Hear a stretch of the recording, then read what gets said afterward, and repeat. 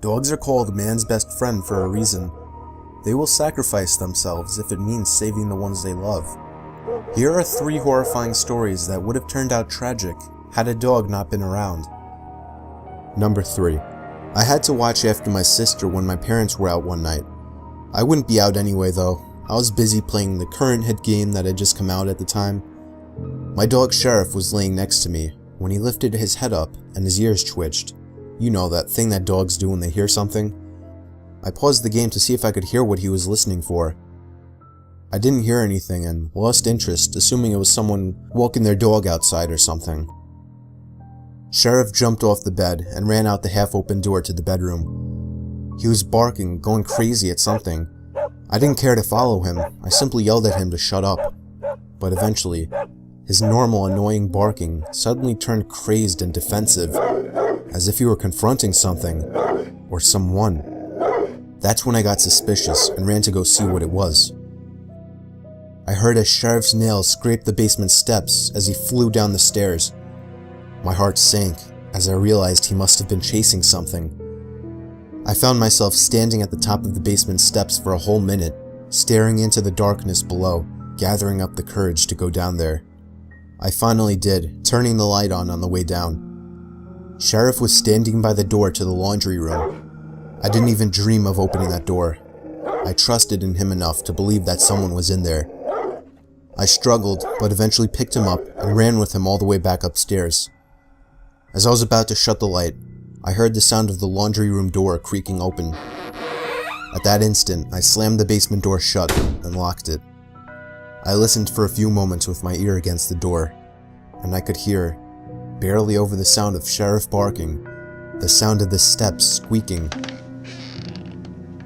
I dove for the phone and called the police. When they arrived, they caught him trying to bust out through the basement window. Me and my sister watched as the officers walked him out to the car, and I'll never forget the dreadful stare the man gave me as he was forced into the backseat of the police car. But I'll also never forget how grateful I was to have Sheriff with me that night. Number 2. I used to have a Beagle Pointer mix before she passed away at the age of 11. Her name was Mandy, and she was the sweetest and most loyal dog a person could ask for. She would never harm a fly, but she did have a big troublemaking mouth. So the story goes, I was 15 years old, getting ready for sleep one night like any other night. Mandy slept in my room, and when I walked into my room, finally ready to crash in bed, I was greeted to Mandy growling. She wasn't looking at anything in particular.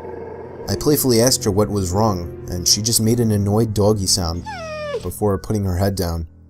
I found it funny. For the good hour of me rolling around trying to fall asleep, Mandy would constantly break the silence with growling. I would peek at her, but she would still have her head down. She showed no reaction to me offering to take her out, so I could check that off the list. It quickly went from cute and funny to just annoying, but I eventually fell asleep. I woke up to see that it was 2 a.m. and Mandy was growling. I tried to adjust my eyes in the dark, and I could eventually see Mandy standing in the middle of the room. She was looking up at my closet door. I felt my heart begin to race. What I was witnessing was flat out disturbing. I turned on the lamp and watched as Mandy continued to stare up at the elevated closet.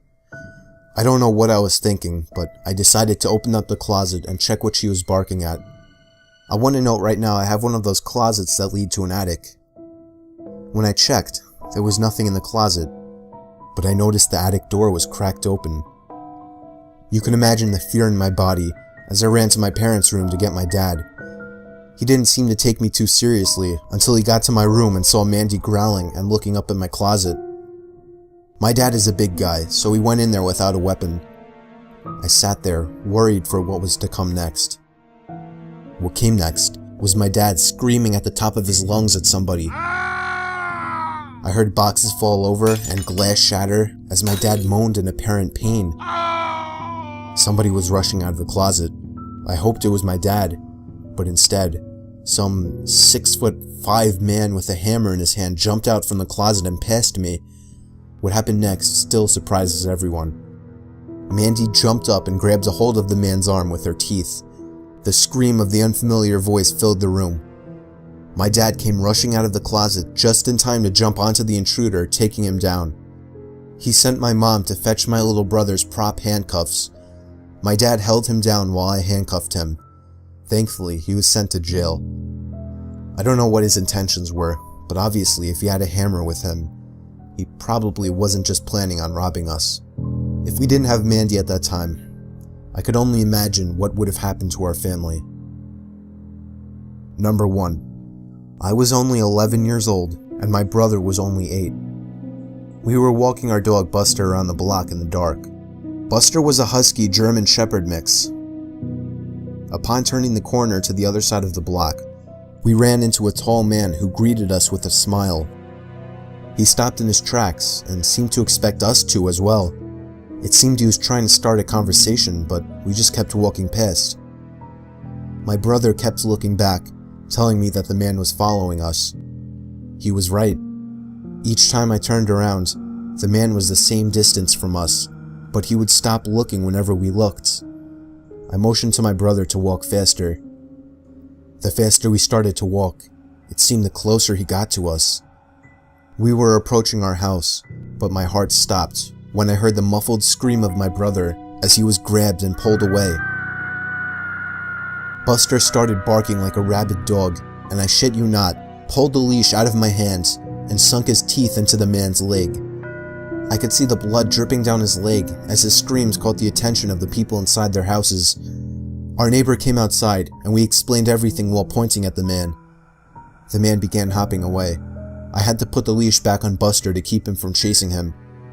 My neighbor called the cops. She was a tiny little woman. She couldn't do anything to that guy even if she tried. She then walked to our door and told our parents what happened. Police came to question us and the neighbor.